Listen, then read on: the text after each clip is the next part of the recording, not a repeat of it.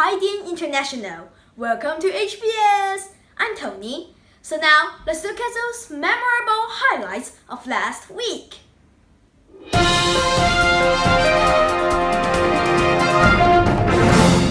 We have the quarterfinal competition of dubbing competition at the last week. Last week on Wednesday, we had the quarterfinal of the dubbing competition. All of us were really busy. Groups that didn't do good in the preliminary contest practiced hard. So did the other groups. Some of the groups even used their sleep time in the noon to practice dubbing.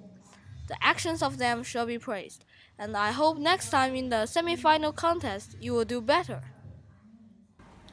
Cynthia had a demonstration of TED show about video editing at last week. TED was beginning at last week Thursday. The speaker was Cynthia from Year 8 Class 4. This lecture was mainly talking about how to cut a video. In the speech was told which one is the best tool of cutting video. You can record a video first, then edit it, put many different clips together, cut one video into different clips. Video editing can cut video, put the video together, also can add music and picture. Cynthia told some tool of it, like Coral Video Studio. This tool has lots of function, but it's not free. It's half per level. And now we are going to use the media editor to help us edit the video in the dubbing competition. We hope you like this speech. China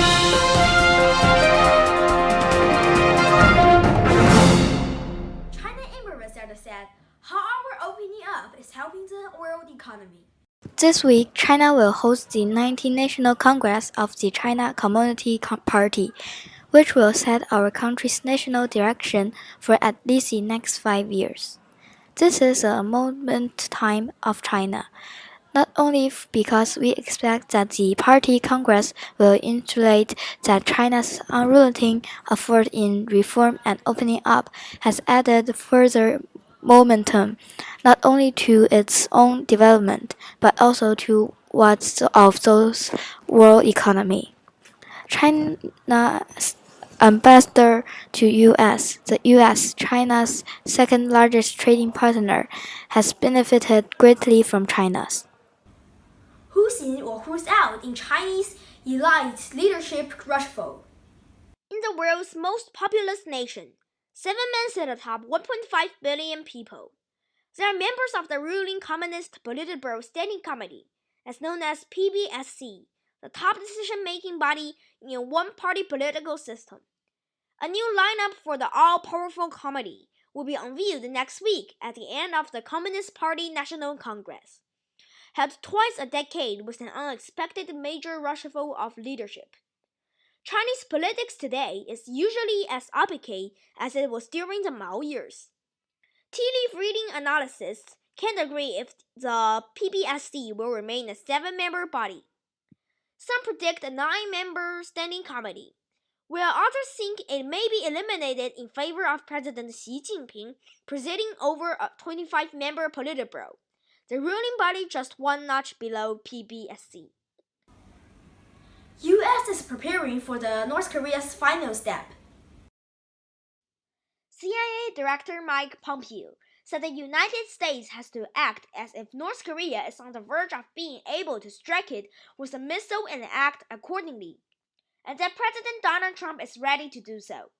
From a U.S. policy perspective, we ought to behave as if we are on the cusp of them achieving the objective, Pompeo said Thursday at a security forum held by the Foundation for Defense of Democracies. They are so far along in that it's now a matter of thinking about how do you stop the final step, whether it happens on Tuesday or a month from Tuesday. We are in a time where the president has concluded that we have a global effort to ensure that Kim Jong-un does not obtain the capacity, Pompeo continued.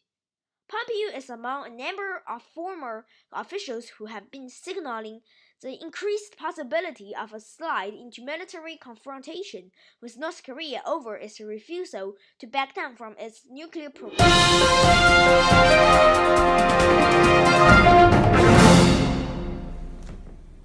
Hello everyone, I'm Tony Yang from Year 8 Class 4. And today we interviewed Cynthia. Hello, Cynthia. Hi. So everyone knows you have a TED about video editing. So today I have 2 questions. First question is, why do you think you're gonna choose this topic? I think I chose this topic is because I want to teach the Year 7 students to learn video editing. And from learning video editing, they can make better video when they are doing their homework. Okay. So the second question is, do you think you did a good job in this TED? Yes, I think so. And but I speak a little fast when I'm doing the middle part. But I think in general, I did my best in this speech. Okay. Thank you, Cynthia.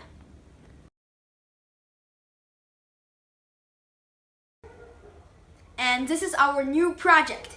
And today we interviewed Mr. Weiser to solve some difficulties for Year 7 Class 5 on social science. And there are 3 questions. First question is, what is the meaning of tilt 23.5 degrees for Earth? Okay, that's a good question. First of all, I'll explain the word tilt.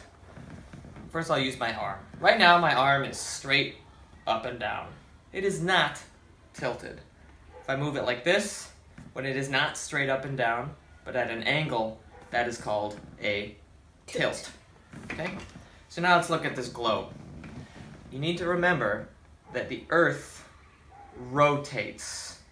The line which it rotates on is called the axis. The axis is not straight up and down like this. Instead, it is tilted. This is the North Pole, this is the South Pole, and it is tilted. If it looked like this, it would be tilted at 90 degrees. But instead, it is only tilted this much. So it is 23.5 degrees. Not 90 degrees, but 23.5 degrees. Okay. And then it's a second question. What does the solstice and equinox for? Okay. So, solstice and equinox, those are basically just special days of the year. Remember, we just talked about tilt. So I want you guys to pretend that Tony Lee is... I want you guys to pretend that this guy right here is the sun, right? So look at the Earth. Remember, it is tilted. Right now, the northern hemisphere is tilted towards the sun, okay? When the sun's rays are directly on top of the Tropic of Cancer, that is called the summer solstice. The solstice just means that is the first day of summer. Here, it is in the northern hemisphere, okay? Now, the Earth revolves. I'm going to stand up and show you guys, so follow me, Kevin. As the Earth revolves around the sun, okay, it changes positions. And the sun didn't change. Good. The sun does not change. Thank you, Tony.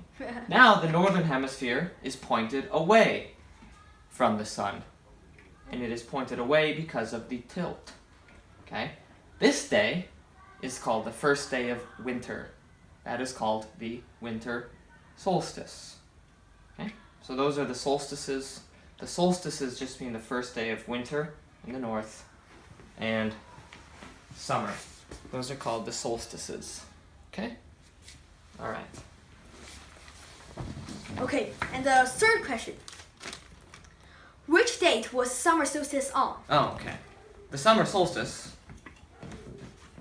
when the sun is right here, in the northern hemisphere, that is on June 21st. That's a pretty easy one. Yes. Okay. Any other questions? I thought no for Year 7 Class 5 students. Okay. All right. And goodbye. Bye.